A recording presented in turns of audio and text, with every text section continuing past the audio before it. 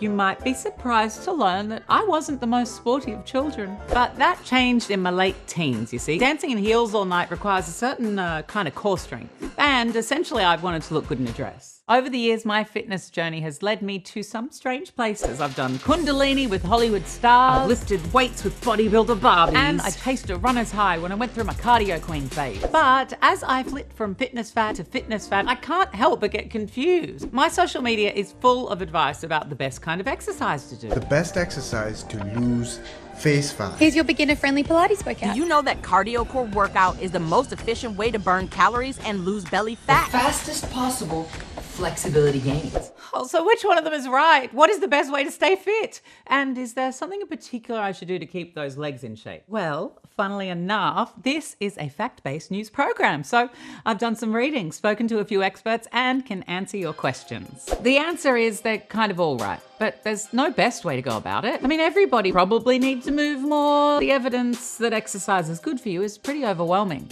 And, well, it depends on what you want to achieve, right? Like if your goal is to improve your general fitness, then anything is better than nothing. It's only when we have a specific goal in mind, like walking down a runway in stilettos without falling over, or practicing Pilates for your pelvic floor. You wouldn't know, but I'm doing them right now. That our specific choices can make a difference. It's really a journey trying to find out what's right for you. These are the Courtney Facts. Boys, if you're struggling to grow your arms, then you need to be doing this dumbbell-only arm workout. It's easy to do, it's limited equipment, and it's going to take your arms from these skinny little chopsticks into these massive, girthy pythons. We've come a long way from what used to be a personal early morning favourite of mine.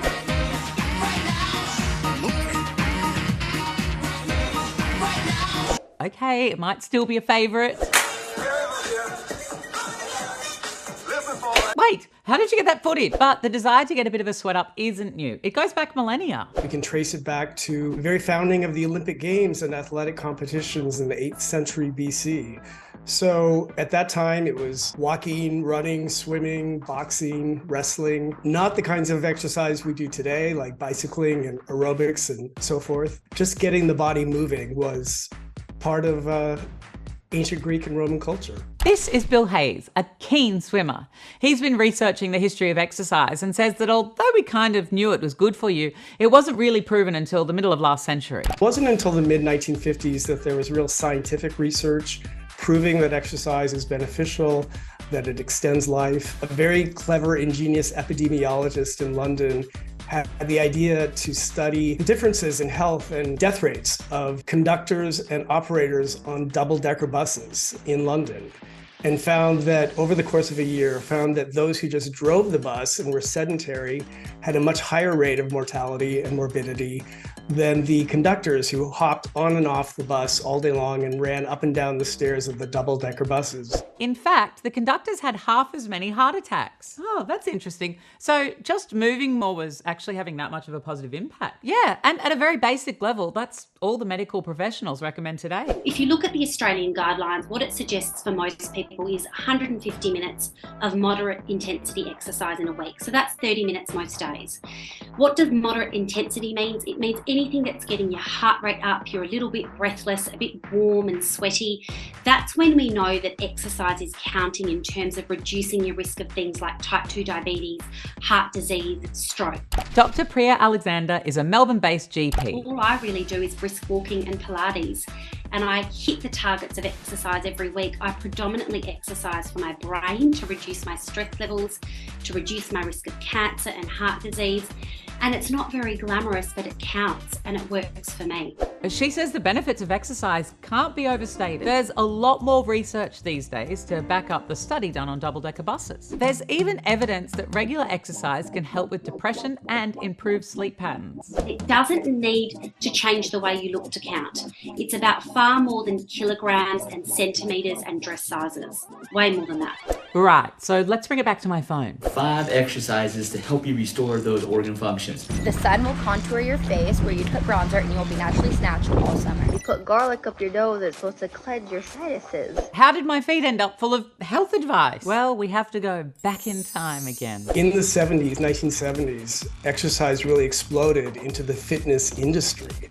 And this was influenced by TV and movies and celebrity, but it exploded into the industry that we have today, with gymnasiums all over the world and a new kind of interest in exercise that was not only about the physical, but also about the aesthetic and the visual. Exercise became sexy. Hence we have Arnold Schwarzenegger and Jane Fonda and others like that. Oh my God, I love those videos. Are you ready to do the workout? Stretch it out. 3, 4, 5, 6, 7, 8. I would say, in fact, that she is one of the most important figures in the history of exercise. And what was so important about the video was that it democratized exercise for women especially, but for women and men all around the world. You didn't have to join a gym. You could simply buy a videotape. Okay, that's cool. Yeah, and you know, Bill says the advice was pretty good. So if you can just maybe not think so much about the pink leotards and leg warmers and so forth, the workouts really do hold up. They would hold up today as much as they did in the 1980s. Or embrace them, I reckon. Woohoo! Agreed. So from this period came the multi-billion-dollar fitness industry we have today, and it is big money. Did you know there are nearly 6,500 gyms in Australia? That is a lot of burpees and a lot of pink leotards. Trends in exercise go through cycles.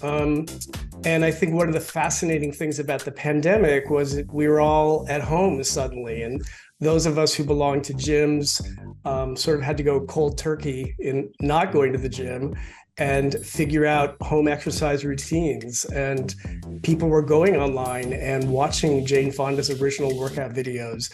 So what was so new back in the early 1980s and late 1970s sort of became the thing again during the pandemic. But Dr. Priya says it's important to remember that what we see online isn't always achievable either. So I think social media has really changed the way that a lot of us see exercise and fitness. And what I find in the consulting room is that people think exercise only counts if it's changing the way that your body looks.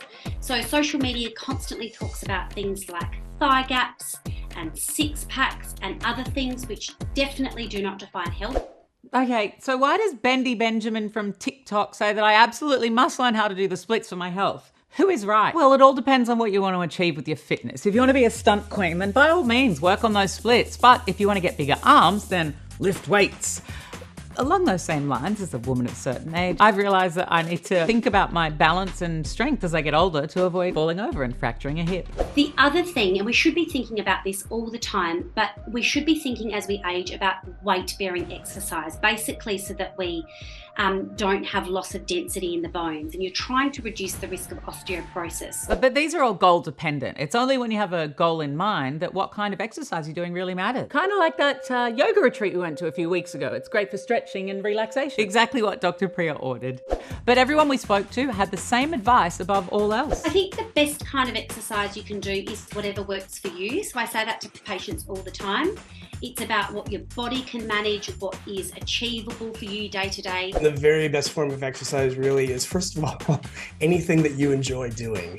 There's so many different forms of exercise. It doesn't have to take place in a gym. You could be dancing in your apartment with your clothes on or off, as long as you're moving your body.